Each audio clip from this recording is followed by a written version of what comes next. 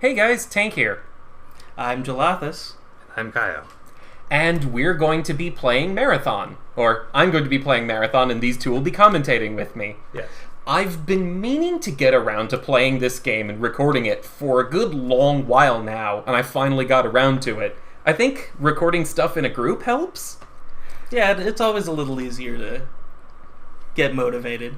Yeah, like, I've always wished this game got more attention, because it came out, like, it was released by Bungie, the same guys who did Marathon, back in December of... Halo. Halo. The same guys who did Halo. Yes, the same guys who did Halo. Back in December of 1994 on the Macintosh. There weren't a lot of Macintosh gamers back then. You know, it wasn't where, you know, it wasn't like now where stuff is cross-platform. Okay, we should probably get going before I screw something else up. I was big into the Halo lore for the first two games, and there were always people referencing back to Marathon, so it's a game I've been interested in too, but don't know all that much about. I think there are people who claim that the two are the same universe, but I'm like 90% certain they're not. Because there's stuff that happens in Halo that would have popped up in Marathon, because this takes place later on in time, that doesn't get mentioned. So, we play as the security officer on board the titular Marathon, a colony ship that was carved out of Deimos, one of the moons of Mars. Now, whoa. Pardon me, I need to change the sensitivity.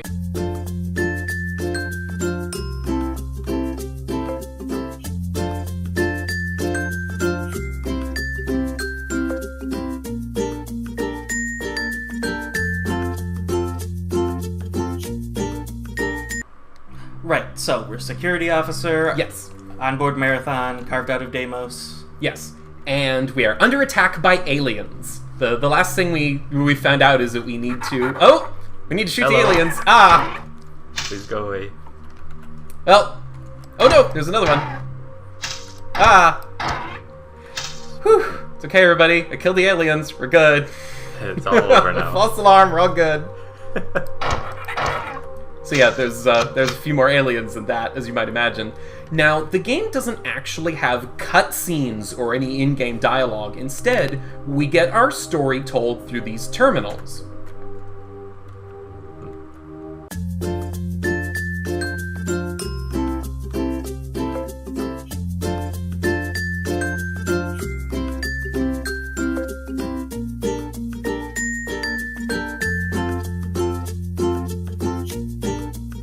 So the game doesn't actually have any cutscenes or dialogue of any kind. Instead, we get our story through these terminals. This is, let's see, Marathon Emergency Systems Broadcast. Today at 0820 hours, the Marathon came under surprise attack from unknown hostile forces. The Marathon has sustained serious damage. At 0830 hours, alien forces boarded the Marathon. The current situation is dire. All personnel are required to arm themselves and fight for their lives. Incoming message from Leela. Welcome to the Marathon. I am Leela, one of the two surviving artificial intelligences aboard the Marathon. I have been severely damaged and am working to understand the current situation. Find the teleport terminal located in the hangar's control room. By that time, I should have a better idea of what is going on. This is where you are now. From here you can explore the rest of the hangar area, although not all of the doors on the level are functioning. Of course, the ones that are directly in our way are the ones that are not functioning. Well, of course.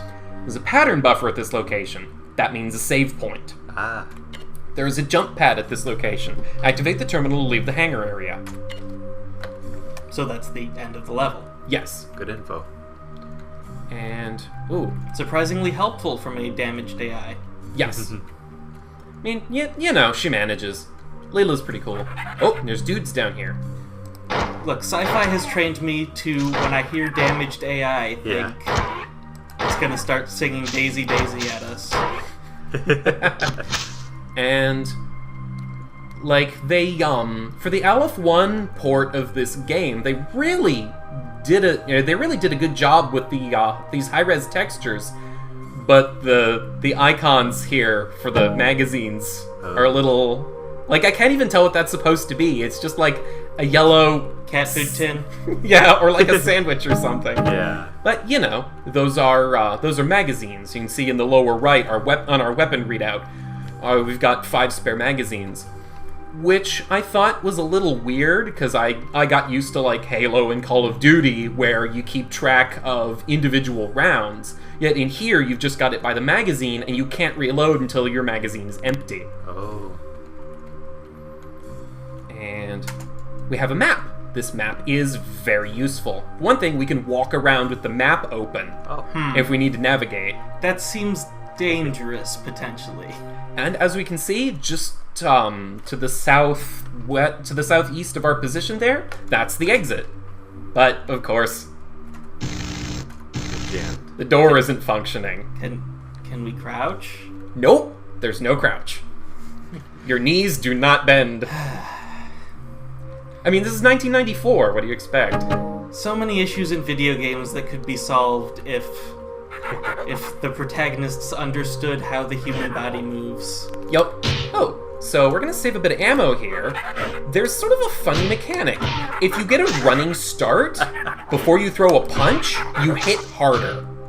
That's amazing. Yup. I mean, I suppose that makes sense. Haha. So we just punched out some aliens. And we can also I mean, we punched them so hard they bled. yes, So. Yeah. punch switches. All good. right. And that slowly raises that platform.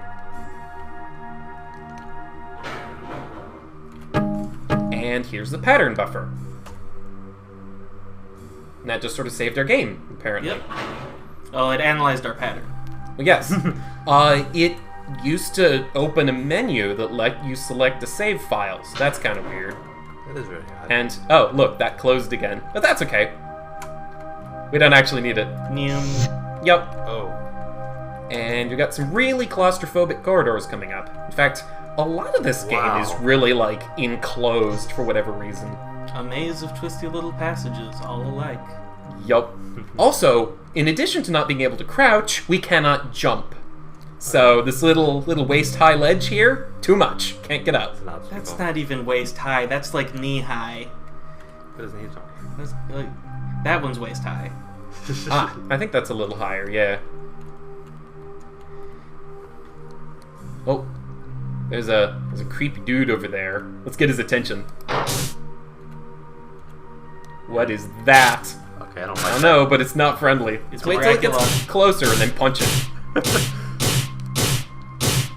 He's taking a lot of hits. Maybe he's not a Dracula. Maybe he's deaf.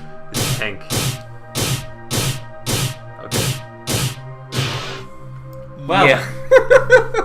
That was noisy and unpleasant. Let's not do that again.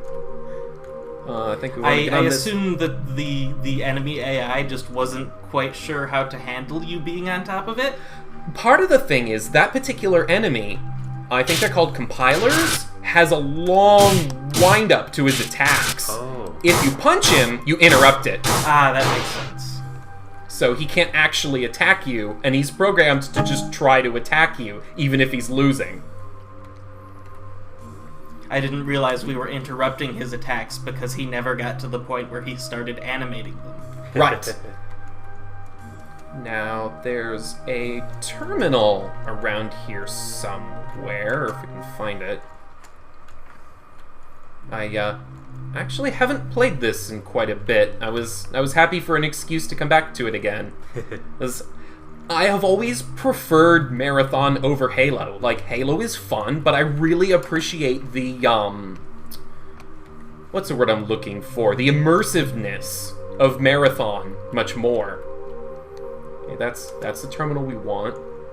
It doesn't have the cutscenes that sort of take you out of the Gameplay. the gameplay.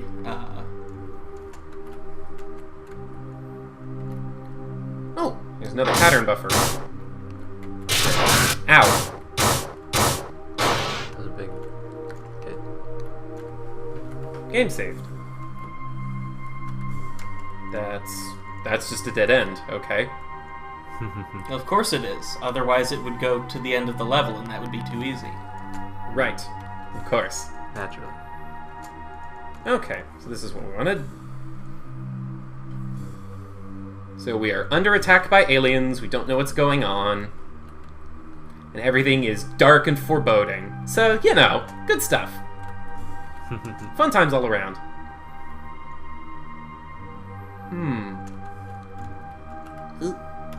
I mean, at least the aliens seem vaguely intelligent. They wear clothes, so we know it's not just a rip-off of aliens. Right. Like this is a coordinated assault.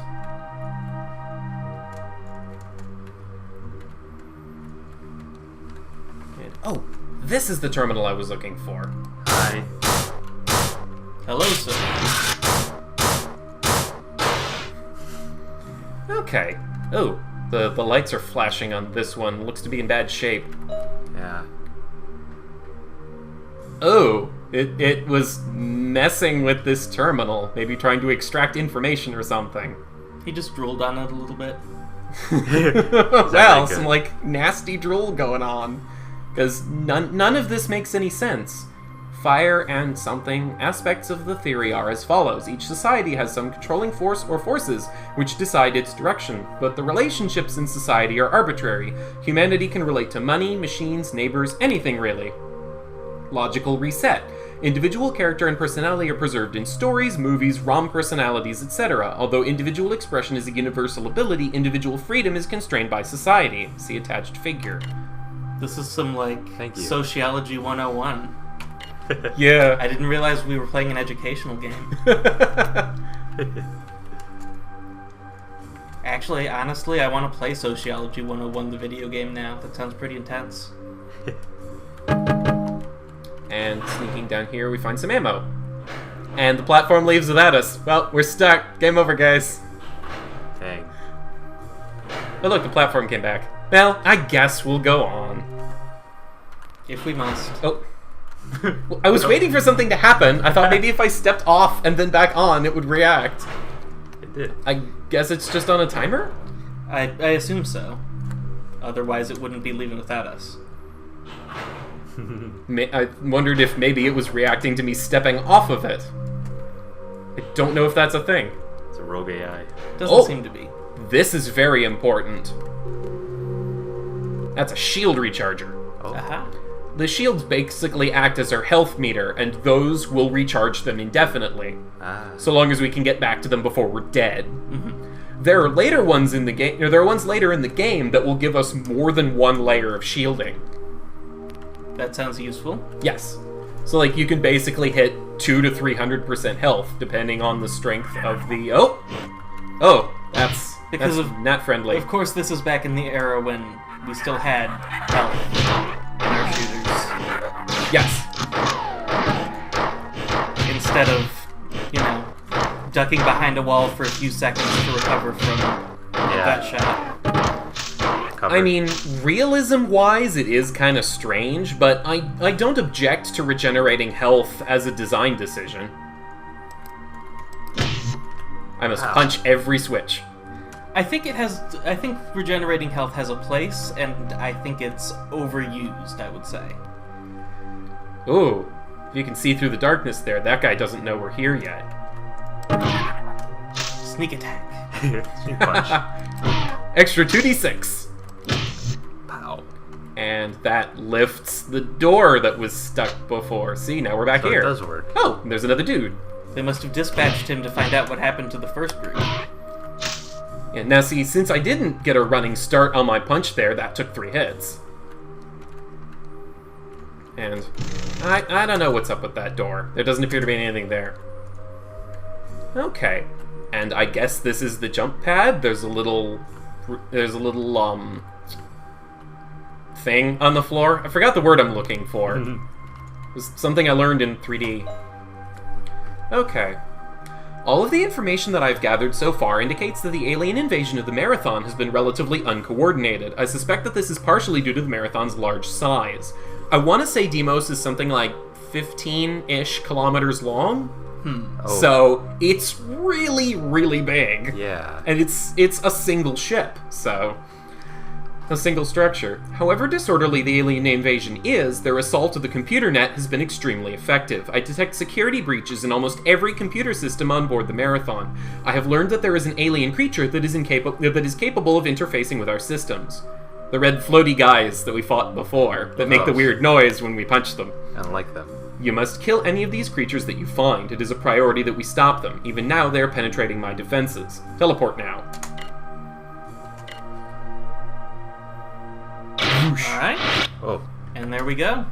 Yep, and we're off to... Oh, I forgot to mention this earlier. Each of the levels has a name. That was level 0, Arrival.